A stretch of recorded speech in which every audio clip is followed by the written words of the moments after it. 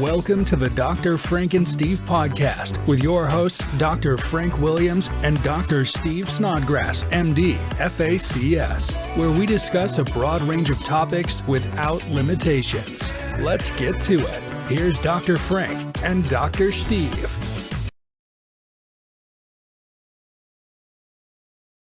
Hello, welcome back. This is DrFrankenSteve Podcast.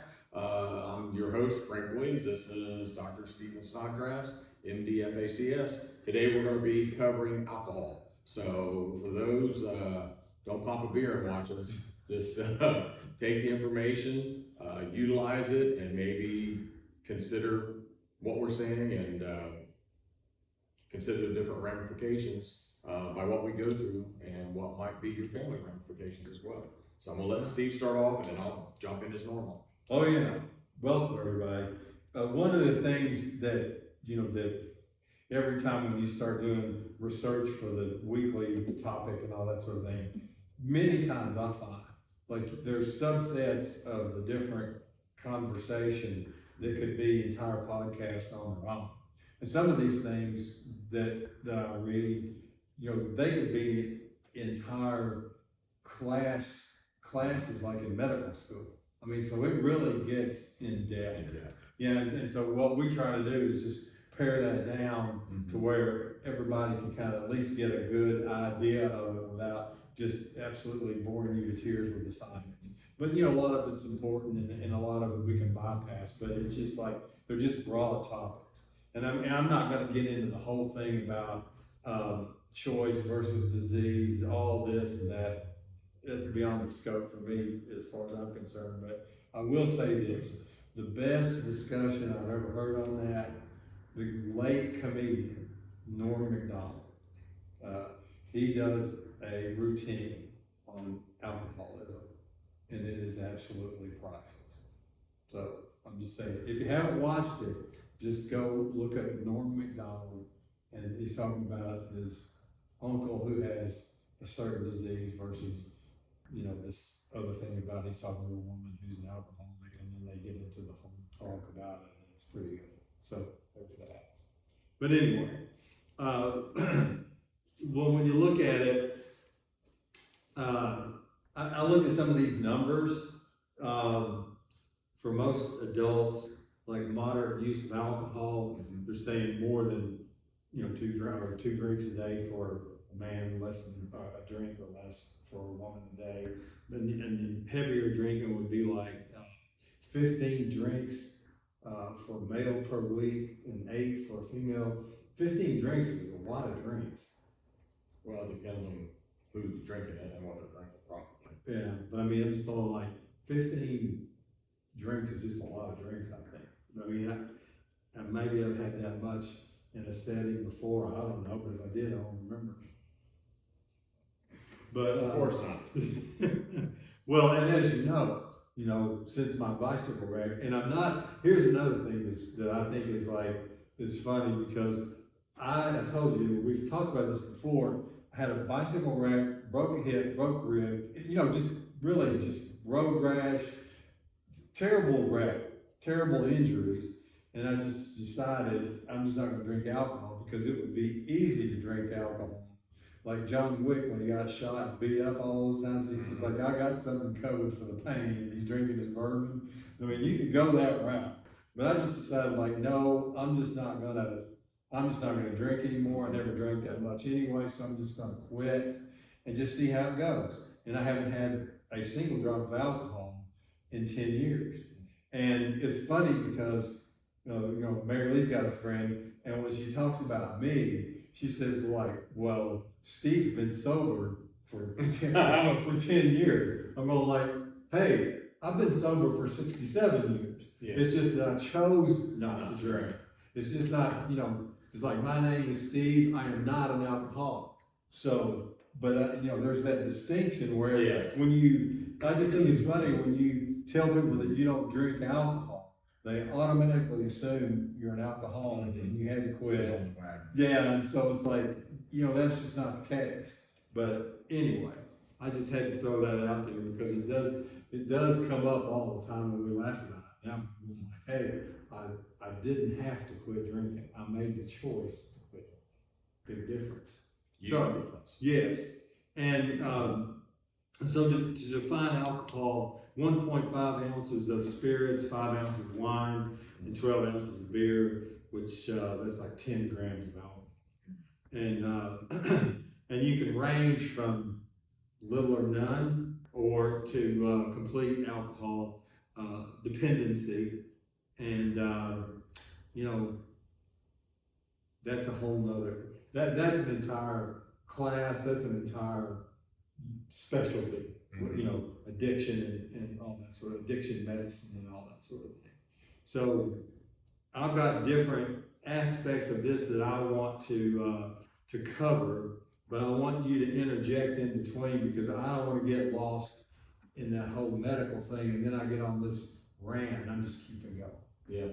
Well, just remember, just since we're sitting right next to each other, just kick me under the table if I do fall asleep. Yes. Or if I start ranting, say, If you hear a snore, it's the time to wake me up. So go ahead and, you know, a lot of times, again, we look up different data and we look up different things, and I feel like that's a strength, is because we each bring different things, but sometimes it overlaps. So I kind of like to see where you're thinking and you see where I'm thinking, and here we go. So have at it. Yeah, I just look at, you know, alcohol consumption amongst kids, teens, college age, as well as military age, and you know, the stats are something, especially when it leads into more binge drinking the younger you drink. So currently, and the NIH, which is the National Institute for Health, has all that, .gov has all this, but they're saying that over 34% of young children, 12 to 20, you know, they report having drinks in one or more in the last 30 days. And there's actually statistics where children from the age of 5 to 11 are actually have access and have had drinks in the last 30 days. The numbers are a lot smaller, but I'm not sure, because the study on that was really old, so I didn't want to quote that one. But I do know that when they look at people drinking before the age of 18, that the white Hispanic males and females are about half this, but the white and Hispanic males are 2 times more likely than a black male to drink between the ages of like 5 and 18, which I found that pretty amazing myself, because that's it's a pretty high factor. And when you look at college age students, you know, it says somewhere around 49% drank alcohol, and about 30% of those have done binge drinking in the last month. So you're looking at a whole host of issues. You know, we spoke on this with our mental health podcast, you know, and the stressors for college and even non-college students who are trying to find their way in life, find a job and all this. But, you know, some of the highest factors and I'll just quote the college, for assaults, for physical assaults on college is pretty high. I mean, it's like 696,000 students ages 18 to 24 are assaulted by another student who has been drinking, technically. And that's over a several year period, but that's a lot if you look at that. And it's always alcohol involved normally. Rarely do you see it where it's not alcohol involved or alcohol induced, is what they claim. And some of them do more than just alcohol. So they binge drink, then they may hit a blunt, you know, or have marijuana, or have some type of drugs that go with that. And the sexual assaults are, you know, those are some long-standing. And it says that, you know, basically 1 in 5 college women experience sexual assault during their time in college. That's, again, doesn't seem like much to some people, but that's 20% of females going to college, because somebody's been in a frat party, or you know, a sorority party, or a party, and next thing you know, they were either got so drunk, or somebody got them so drunk, or slipped something in, they didn't know what's going on. And when you look at the military, it's even worse, because currently, among male military members ages 18 to 25, it's about 32% binge drink, and for women it's about 18%, which that's still a good proportion. Did they define binge drinking as far as the number of drinks per hour or anything like that? Just for our own edification. This states that, I was looking that up earlier, I did not see that, but I think it's more than like 5 to 6 drinks during, at one time. Yeah. Because you actually, as you know, the more you consume, the more your senses, dull, and you're more likely to get into high risk behaviors. Even when you look at the military, even at that young age, or for males, that can still hurt your brain development, because you're still developing when you're 18, 20, 21 years old, and you're in the military. And it's nothing for you like to go to some event or some party, that especially like if it starts kind of like mid-afternoon or something like that, and it kind of goes into the evening. It's just kind of like, everybody's gonna have quite a few drinks that day for the most part. And so, that's gonna constitute you. But one thing I saw, and this was like 71% of Americans drink alcohol on a regular basis. So that's what, like 200 million people, or somewhere along in there. And a lot of it, I know they group everything in, so we're not saying, don't have a drink. And for my Christian friends, or if you're religious, there's always big arguments, and some of the most heated arguments at a lot of churches among parishioners, or the congressional, they need something. That's true. But the congregational members, sometimes that's a big thing when people get into it, because they'll pull scripture out, and I know quite a few scriptures on alcohol consumption, and basically it's sin is sin, and it doesn't say you shouldn't drink. It just says if you're going to have something, to put it all in a nutshell, and I can supply with all the Bible quotes that you need in the sections and the verses, the context before and after, which is very important when you're discerning and disseminating information, as far as for your religious purposes. But you can quote like, a little wine for thy stomach's sake, and that was because water was so bad back then. But it also helps keep help your stomach settled. And certain alcohols, and I get into towards the end, there's certain things in moderation, that actually they find studies that certain things they're not bad for you, but the problem is most people don't do moderation. And so they think, a little bit more of that about this must really help. Well, wasn't that like Jesus' one of his first miracles was he turned water into wine during a wedding or something like that? Isn't that one of his? He did. And his mother asked him to, and he really did. Doesn't my biblical knowledge astound you? It does. Because I think I'll have you as a guest speaker next Sunday at one of our Bible studies. Because I just recall, the whole thing about Noah and the lions, and Jonah, and the multicolored green coat kind of thing. So I know that very well. So if you need me, the only thing you quoted there, correct Medea, as Tyler Perry's character always misquotes the Bible. You two would have something in common if you had a conversation on script. So I'm just volunteering should you need.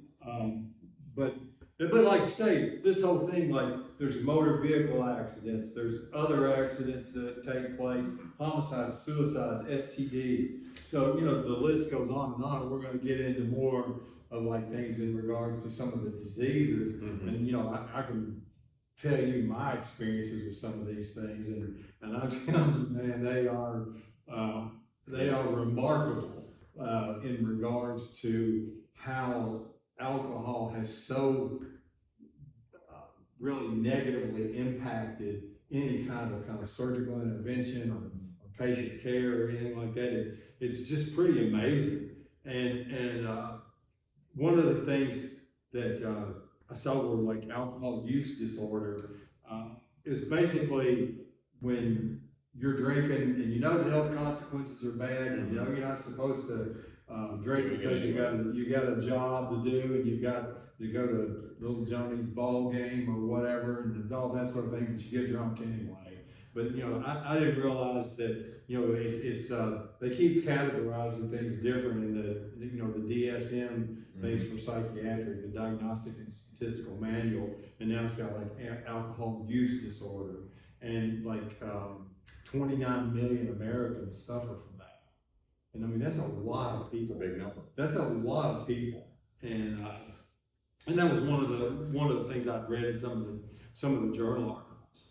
And you know, and to your point, you know, the thing about females drinking, they absorb more alcohol and they metabolize it slower than men, and so it allows the alcohol to have more exposure to their bodies. And under normal circumstances, you can metabolize about a drink an hour. And past that, if you exceed that, your body can only take so much of that in. And then what happens is, you know, the whole thing about alcohol metabolism is in the form of ethanol. And then, you know, we would always call it in med school 2 carbon fragments or whatever. And, you know, but it's ethanol, and it undergoes transformation in the liver under the enzymatic reaction of alcohol dehydrogenase to form acetaldehyde. And acetaldehyde is the first metabolite of alcohol, and that's the one that's so toxic. That's the one that produces all of the problems. And then from there, it has acetaldehyde dehydrogenase to form acetate, and that's cleared by the body. But acetaldehyde is the one that is the poison. That's the chemical that causes all the problems. And so I just want people to hear that term. And so, you know, like when I was an active duty police officer and stuff, and even in the military when we would go out and do stuff, they would say, you know, if you're going to go out and have a drink or have a couple beers, don't be driving, because you need to your body needs to dissipate. I guess that sounds like it's true, which is what we always want people. You shouldn't be drinking and driving anyway. I mean, it's a designated driver, Uber, or whatever. Ride safe, there's always some kind of care package or something to get somebody somewhere. But it used to be, if you had a couple beers, each beer you needed to wait at least an hour per drink. Yeah. So it evaporated from your system. And I used to tell people, you know, because they would always ask, say, well, you know, if I had beers in the afternoon and went out and had dinner with some people and had a beer, those beers in the afternoon are pretty well gone, you know, at happy hour. Then time I leave about 8 or 9 o'clock, I'm pretty good. I said, that's not true. Yeah. I said, and I wasn't a medical doctor, obviously. I said, but, you know, if we're talking about a drink or two, then you wait several hours after you stop, keep your body hydrated. That's one thing. And you still shouldn't be doing it, in my opinion, because I'm not a proponent of that at all. But when you start getting to multiple drinks, like you said, you start hitting that 4, 5, 6. There ain't no way. If you think, well, I'll wait a couple hours, that takes me down to 2 drinks. You know, it doesn't work that way. That's why, you know, breathalyzers get you in trouble. Well, no one does that. You know, no one says like, okay, I've had a beer, now I'm going to wait an hour before I have another. I mean, they, you know, or I'm waiting now until I go driving and pick up my kids. Yeah, I mean, they just don't. During COVID, I know that alcohol use amongst mothers and women, it increased exponentially for some reason, especially with wine use. Yeah, I think like they did like a series of like financial studies during COVID, just like for about an 8-month period in there, yes, or something like that, where there was $42 billion spent on alcohol. I mean, it was astronomical about, you know, just being sequestered, if you will, and bored, and you know, what else are you gonna do, I guess? So people just drank a lot. But anyway, government shut you down. Government supplemented your income. Government paid for your booze. There you go. Literally. So, you know, the other thing too, that, you know, we talk about alcohol being metabolized in the liver, and, you know, I would like to say a little bit about my experience with it, because it's a remarkable experience. But hepatocytes are liver cells, and normally the liver it's a solid organ, but it's pliable, and it's what can I say? It's more soft. But like when people drink to the point of having like fatty infiltration of the liver and starting getting destruction of liver cells and that sort of thing, the liver becomes like rock hard. And it's called, hardening of the liver, it's cirrhosis. And what's amazing about that is when you get a cirrhotic liver, the blood supply is diminished, and so a lot of bad things happen. You get like a buildup of fluid inside the body called ascites, so the peritoneal cavity fills with fluid, and also you have a lot of hypertension in the venous system, and all of it is connected like to the esophagus too. And there's a condition called esophageal varices. And so like you see it a lot of times in alcoholics and cirrhotic liver patients and that sort of thing, whereas the esophagus, the veins in the esophagus become dilated and fragile, and they become like the diameter of like your little finger. And when they rupture, which they're more likely to have rupture or tear or something like that, and when they do, I mean, the bleeding on that is like significant. I mean, it is remarkable. And the reason I like to talk about some of these things is because we've had a lot of experiences a lot of people haven't had, and they never will have, and they should be glad they will never have them. But this is one of them. And it's like you have to put like these patients in the intensive care unit, you would put like an esophageal tube down. It's got all these balloons on it, and you blow up the balloon to try to keep the vessels from expanding and dilating and blowing up and starting to hemorrhage to death. And you do it. It's so funny because these patients have like a football helmet on, and the tube is attached to the football helmet. So you got somebody in an ICU gown with a football helmet on, and you know exactly what they're in for, and it's not some thing that they got hurt on the kickoff. It's like, they're drinking. And but the thing about it is on an upper GI bleed, they're classified as upper GI and lower GI bleeds. But on an upper GI bleed, what happens is they're bleeding into their stomach, and they accumulate all this blood, and it's amazing how much volume the stomach can handle. But it's like they will bleed into the stomach. Eventually the stomach will fill, and it's blood, it's food particles, all that sort of thing. And it's all just kind of this gurgling mess, if you will, until they throw up. And it's like this black tar, and it's got a smell to it, and like you will never forget it. I can still smell it to this day. Yeah, I've seen it in an emergency room there at Dayton when I first became a police officer. Worked part-time as a police officer, full-time, making hardly any money, $8 an hour. Woohoo! I was above the minimum wage though. Well, you can't eat money, but like no, Boone's Farm, not right. But the young lady had been on 75 with her boyfriend and several people in the van, going about 75 miles an hour. And she jumped out of the van because she got mad at the boyfriend and bounced down the highway. Perfect. She was so drunk when they brought her into the ER, the ambulance, the guy said she's very, very combative. She fought. We had to restrain her, get her in the soft restraints. They did what you said. They got her stomach pumped. This girl was hurling the most nasty stuff that I've ever seen in my life. But and I'm not saying you should, if you ever want to jump out of the car, get drunk first. But she was so drunk, she just barely had some scrapes, no broken bones, no anything. And the surgeons that were there, the ER doctor, he was astounded. He's like, I can't believe the rate of speed where she bounced out, and that nobody ran her over. But she's bounced over against the medium, and they slammed on the brakes, and 75 is pretty busy most of the time. Oh yeah. And the highway patrol got the ambulance there and brought her in. I'll never forget. And I always said that one always stuck with me because that wasn't the first time, but that was one of the most gross times when, like you said, you can still smell that to this day when they start hurling all that up and that set up and they're trying to get them under control. I mean, she survived, but I thought, man, I wonder if this chick will live another 10 years with her, Probably not.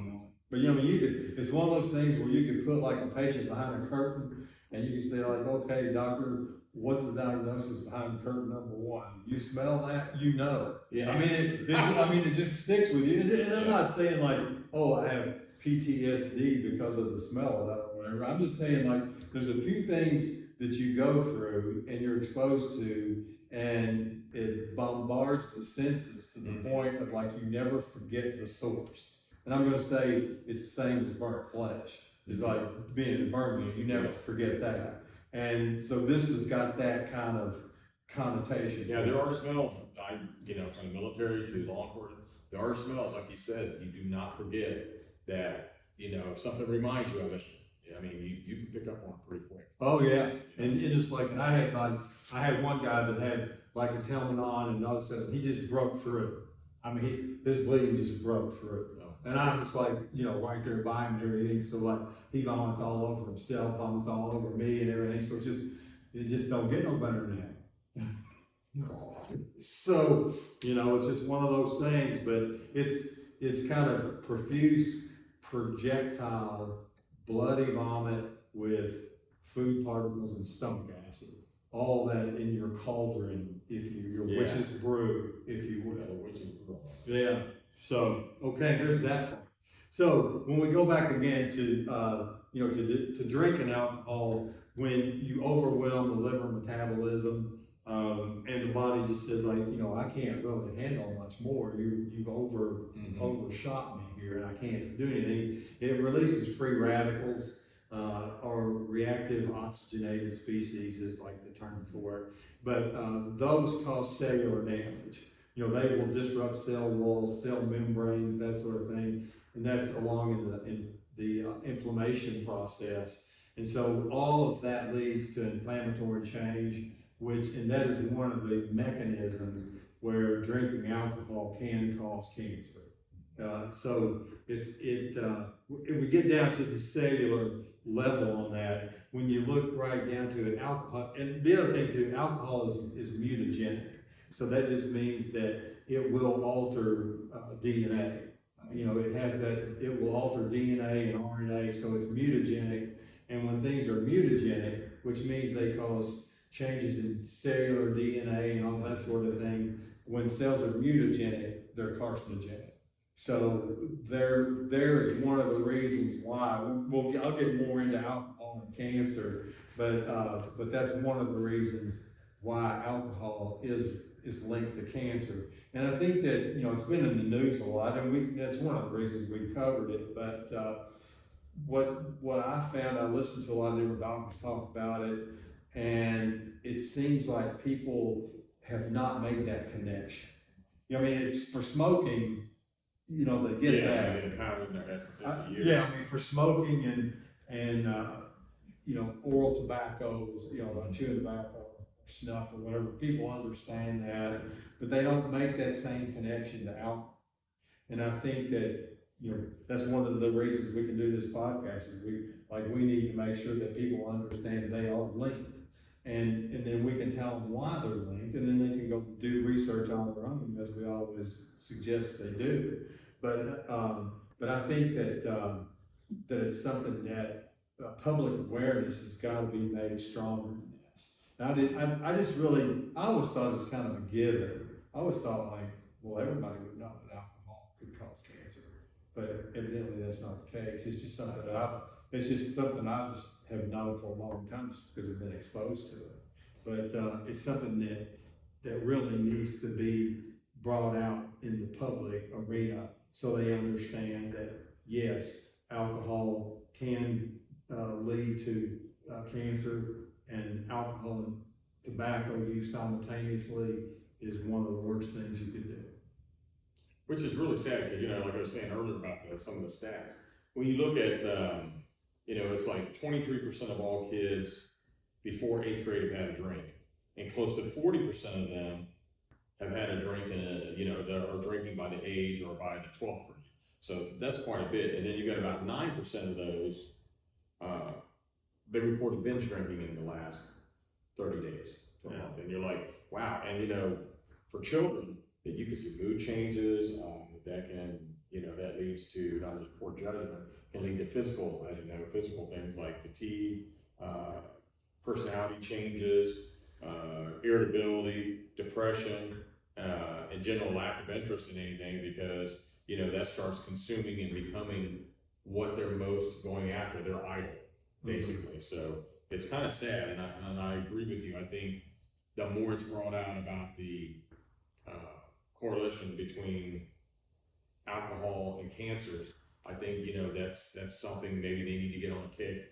The same way we did 50 years ago or more about cigarette smoking and cancer, alcohol and cancer. Maybe some way it'll either help the kids or help their parents or their caregivers, counselors, whoever it might be. Maybe a good way to start repetitively beating that into their heads, through social media, through commercials, through whatever, that alcohol, not only what it does cause, but the main factor that can cause cancer. Yeah, and I think a lot of people, when kids hear stuff like this, they're kind of going, yeah, sure, yeah, it's no big deal. But for me, I can tell you that the first time that I saw an alcoholic-related death, that hit me. And I mean, I can see it just clear as day right now.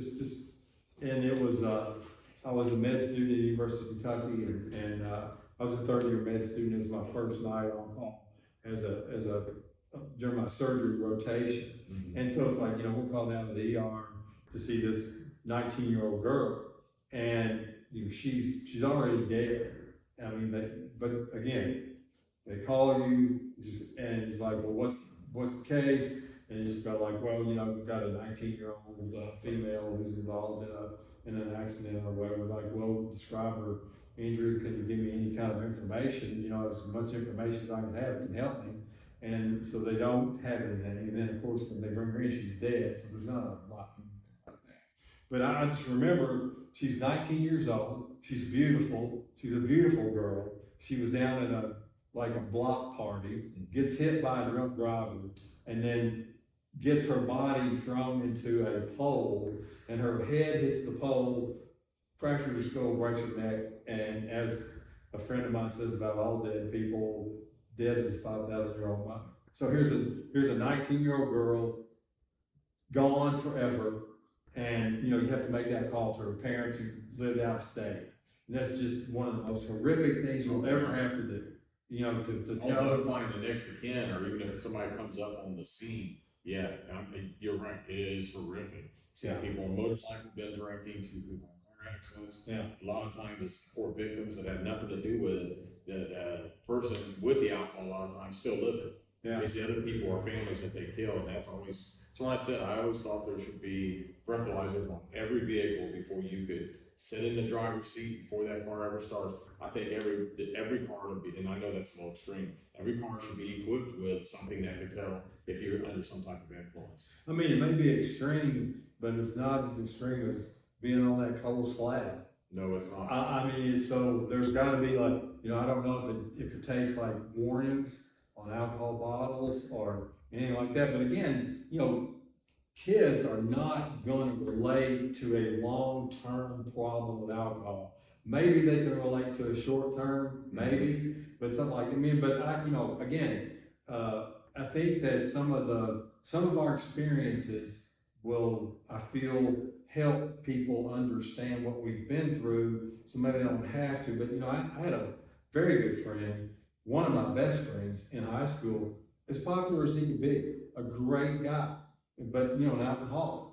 And I told him, after I got out of med school, and for whatever reason, we were just having a discussion. And sometimes you take it upon yourself after you've been through medical school and residency, that sort of thing. You feel like, well, you know what? It's time somebody had that talk, because obviously no one's had the talk because he's still drinking. And I told him, I said, look at what you have. And you've got wife, kids, all this sort of thing. You've got to get help. And he goes out, gets drunk, crosses the median, hits a van head on. He's dead, and then he kills mother, father, brother, and the only kid. There's only one kid left that survived the accident. So it's like, it's gone. It's just gone. And so I think if you can say like, look, you need to understand, your actions from drinking alcohol or anything, doing anything, are basically stupid when you get right down to it. It's pathetic, but then again, that's just, that's way beyond common sense. You don't just get just drunk as you can pay it and then just go drive. But it's like that, just that wreck right there. And how many countless others are there?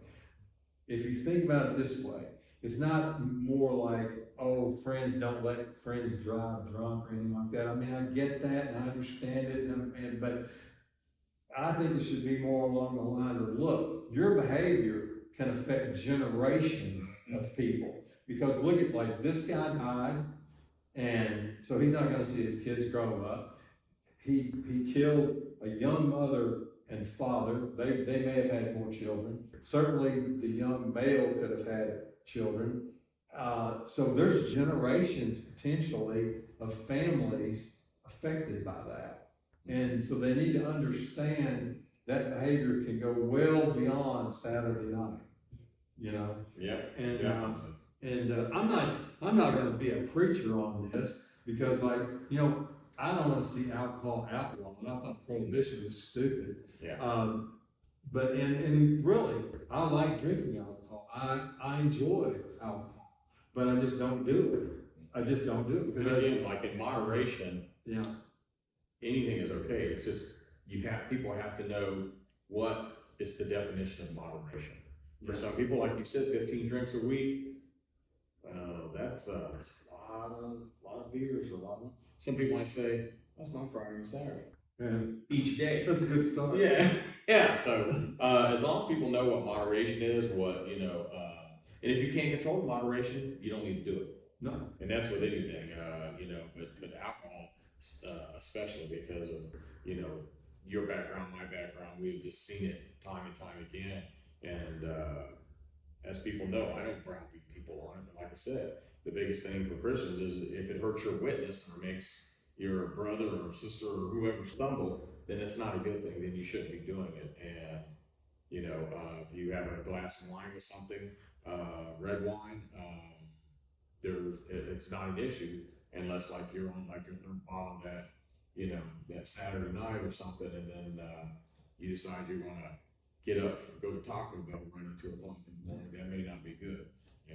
Well, one of the things I thought too, just I'll veer off the subject a bit, but it's like when I decided that I wasn't going to drink anymore, that sort of thing. And I'm not a big socialite, if you will. I don't attend very many parties and all that sort of thing. There's for a reason. Yes, I'm more of a hermit.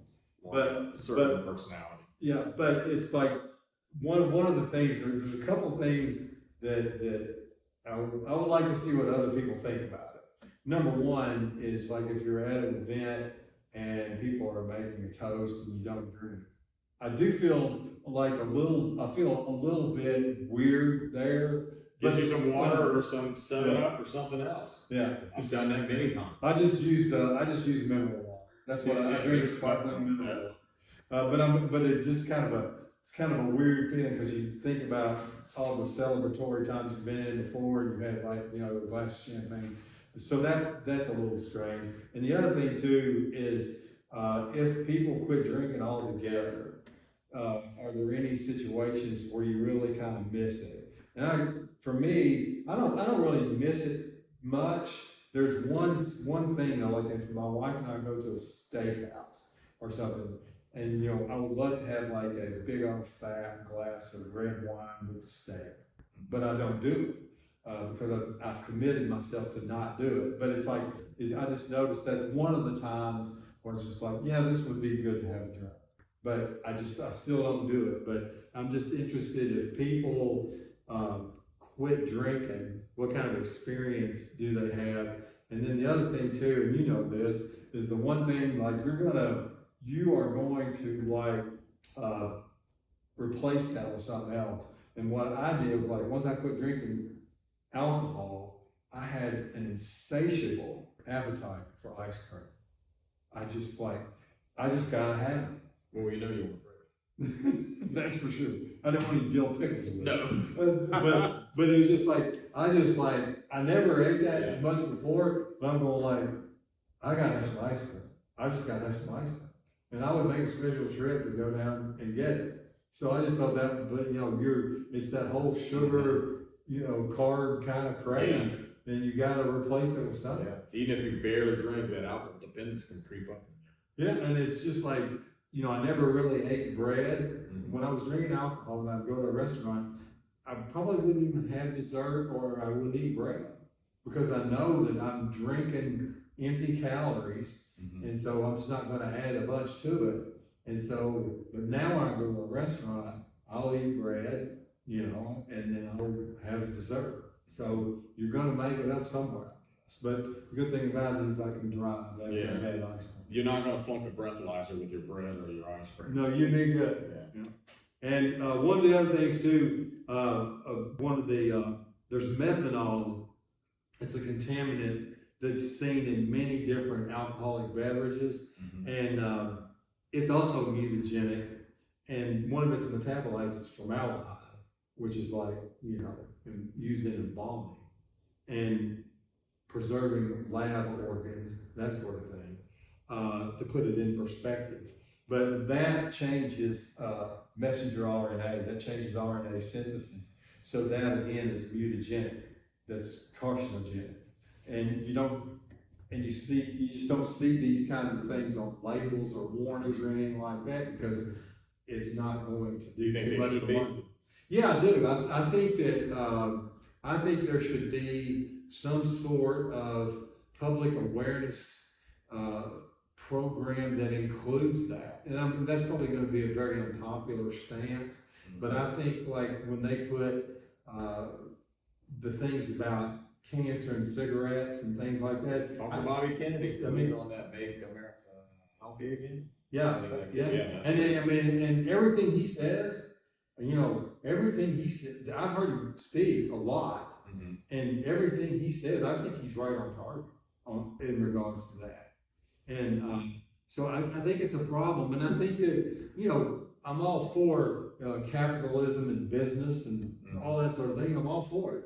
On the other hand, again, informed consent and knowing what you're putting in your body is paramount. You must know what you are putting into your body. And I think that is an absolute mandatory thing that should be done. What do you think? Oh, I agree.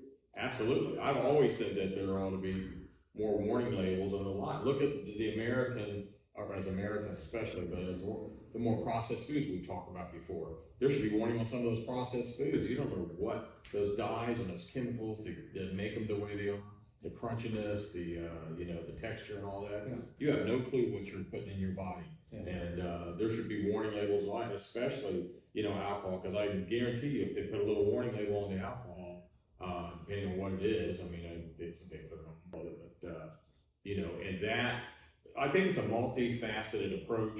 You need to do the same commercials, even though they have the little, they tell you, friends don't let friends drive drunk. They tell you, don't drink and drive.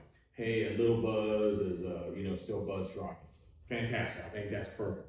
However, they don't tell you, even if you're not driving, like as you were saying, what's the effects of you doing that, whether it's socially, and like, as you said, more than the customary number of drinks that a body should be able to take in, that goes from being moderately okay, because there are several areas like red wine. I have a glass of red wine.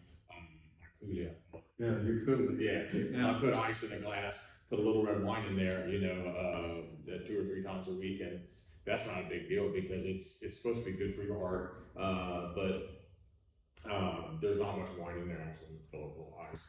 But the health benefits are there for moderate, very moderate use, but you can get it from other things also. I could eat probably, more grapes than I do and probably do the same thing. But it's not a big deal. And I enjoy it. I'm sitting out with my 95-year-old father-in-law. He'll have him a couple beers, in the evening. He was used to it as working his whole life. And he's made it to 95. He sometimes tells me that's what got him there. But we know better now. He's got genes. It's well deserved. But I do think that, warning labels are important. I think if you do that, you run the commercials, you get more public knowledge out about, the correlation, as I said, between alcohol and cancers. I just think that's a campaign if they want to, if the government wants to run or the health agencies, I'm all for that, to push that to where, as you said, big lobby groups are going to fight that tooth and nail, but I think it's something that needs to be done. We put it on labels on cigarette packs. Yeah. And on now, as you and I talked about with people who vape, I know people who vape, and I've told them, they said, well, it's nothing but, what is it? It's nothing but, it's vapors, but it's nothing but like a little mist in the air, like a little fog. There's nothing harmful about it, nothing wrong with it, until they start finding out all these teenagers and young adults get popcorn along, and destroying their body. So there's nothing wrong with that, and especially with alcohol, the way that alcohol consumption's again exponentially, it's just increasing. Especially if you've got all these social pressures, economic pressures, family, work, everything that goes on. That's an easy one that could go from moderation to actually dependence on. Oh, absolutely. And the thing about it is, I don't think that cigarettes should be made illegal. I don't think alcohol should be made illegal. No. I don't think that. But I think on the other hand, you need to know what you're putting in your body. We're not saying make it illegal. No, and I just want to make sure that people are clear on that. But one of the things that's been in the news, and it's one of the reasons we chose, is about many different kinds of cancer that's associated with alcohol, and oral and throat cancer are obvious. And it's like the pharynx, which is like the muscular space between the nose and the airway and the digestive system, and the larynx, which is the voice box. But there's a significant increase in those kinds of cancers in drinkers versus non-drinkers. And then like when you put them with cigarettes, when you combine the cigarettes with the alcohol, I mean, it's just like you are basically just about asking for it. And so esophagus is the other one, the swallowing tube, if you will. Liver cancer, as what we talked about, that's where where alcohol is metabolized. So that's going to get a lot of exposure to the acetaldehyde and colorectal carcinomas, and we're seeing more and more of these cancers in younger people. And I think if the younger people are drinking more alcohol, and so it's like if you look at the age of the person drinking, they're younger or whatever, we are seeing some of these cancers become more commonplace in people that are being diagnosed in their 30s, 40s, third and fourth decades of life, which is obviously very young, especially when you're 67. It sounds extremely young. Yeah. But it is a major problem. And then breast cancer is another one that is tied to alcohol. And that's in a big way too, by the way. Alcohol and obesity are directly involved with breast disease. And that thing about alcohol, it will convert testosterone to estrogen in the human body, and you do have some estrogen positive cancers, so there could be some correlation there. And then the obesity thing, the overweight and obesity, fat is its own organ, and that's going to be an estrogen producer as well. And I can tell you that. Well, I'll get into this in just a second, but the people that I've operated on, breast cancer was probably one of my biggest areas of concentration in my practice. And what's remarkable about that is that I'm not going to say every one of them, but I'm going to say it's not too far off. But most of those patients were women that were around, let's just say, 5'2" to 5'5", and about 225 pounds to 250 pounds. and it was remarkable. I mean, I can think, I don't know how many thousands of cases I've done in regards to all of that. Mm-hmm. But it's like, I can pretty much count on one hand the number of thin breast cancer patients that I've operated on. Unless they were just very, very old, Mm-hmm. you know, and got the disease when they were very old and fragile and that sort of thing. But for the most part, it were these people that were like, oh, you know, in their 40s and 50s, that sort of thing, and obviously very overweight to obese. And so it was a big deal. But also you see prostate, stomach, pancreatic cancer, linked to alcohol consumption.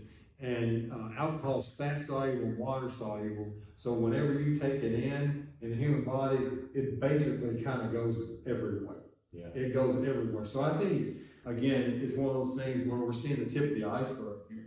I think you're saying like, well, alcohol causes 6 kinds of cancer, or it's linked to 6 kinds of cancer. It's going to be a lot more than that, because, you know, it's disruptive in regards to cellular membranes. It disrupts the DNA synthesis and use within the cell, that sort of thing. So it, on multi levels, alcohol affects cells. And when cells are affected and they become defective, it's the body's job to get rid of those cells. And then when you overload it, it can't. And so it's like one of those things where if I kind of look at it like this, when you look at reactive oxygen species and that sort of thing, if you're a batter and you're in a batter's box and you're facing a pitching machine that's throwing you 100 mile an hour fastball, okay, you got one coming at you. There's your reactive oxygenated species right there. There's your free radical. Now all of a sudden, let's just say you got 10 machines throwing you balls at the same time. You're one batter, and like you can handle maybe one, but now all of a sudden they're all coming at you. Now you've overloaded the system. Yeah. And then when you overload the system can't function properly. And when the system can't function properly, which means takes care and gets rid of abnormal cells that can become cancer. Well, we've got little cancer cells plugging us up all the time, but the immune system handles it. But if you overload the immune system and you have a dysfunctional immune system due to alcohol or whatever reason, you know, you're going to get cancer. So there it is. But I did want to talk about one thing in specific that I have not seen anywhere else. But before I do that, you know, anything that you've got, throw it out there at me. I want to hear what you say. No, that's just it. I agree. I've seen so many tragedies involving alcohol. Give me your worst case. Give me your okay, you're at the scene or whatever you've seen. What's your worst case and all that? Oh, I've seen somebody where, you know, you're on the scene. They were so drunk they didn't even see a red light. They went across the median, hit straight into a building in the corner of it. We show up on the scene. You know, it's pretty late, but there are still people around, and the eyeballs over here, the teeth are in the steering wheel, the head's laying partially in, partially out of the windshield, and what part of the wants to sever, and then it just looked like somebody, just like a horror movie, basically. Yeah. And just, I mean, like I said, there was just so much blood everywhere, and it pulled up and stuff. You could just smell it, even though it was fresh. I hate to use that term.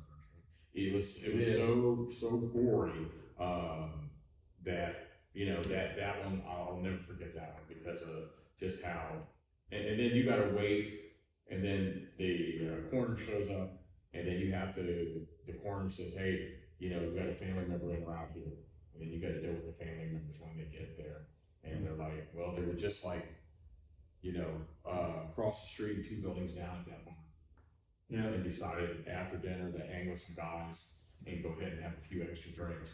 It was that last one that got them. They just basically, after working all day, dozed as they went through. And I mean, the sheer horror. I mean, there's a couple in the military. But it's like, you know, people don't see that. No, if they had to watch all that and go look at it, smell it, visually see it, it would scare me straight along. Yeah, I mean, you're covered in somebody else's body fluids. Oh yeah, I mean, you had to go in there and check, and you're trying to make sure, because there was other passengers, and anybody that was alive, you got your rubber gloves on. That's going to do a lot for you, and you're trying to go through all of that, and I mean, yeah, it's really disgusting. Yeah, and one other thing too is that alcohol will interfere with absorption of like vitamin A, D, C, E, especially B vitamins, and like sometimes you can take folate, and that can potentially put off some kind of detrimental effect from alcohol, but it's not going to stop everything. But the whole point is that it robs you of all of these vital nutrients and vitamins that your body needs for everyday function. So it's a stealer of what you need. And one of the things that I wanted to go over that I've never read about before, and it's being talked about in the more like the experimental literature, but we know that this is a real thing, and it's not at a stage where I think it could be used in any kind of treatment yet, but I think it is a future potential treatment that could make a very significant positive difference. And what I'm talking about here is Black Americans. If you look at, or African Americans, Black Americans, however you want to term it, they have a higher rate of cancer mortality than any other race here in America.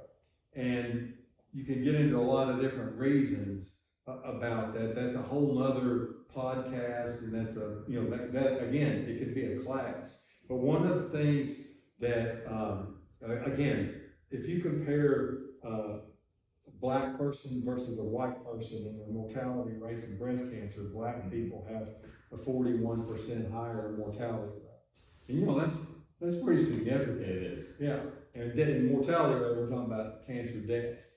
And what they're showing is that in some of these Black patients, you're looking at what's called a whole genome duplication.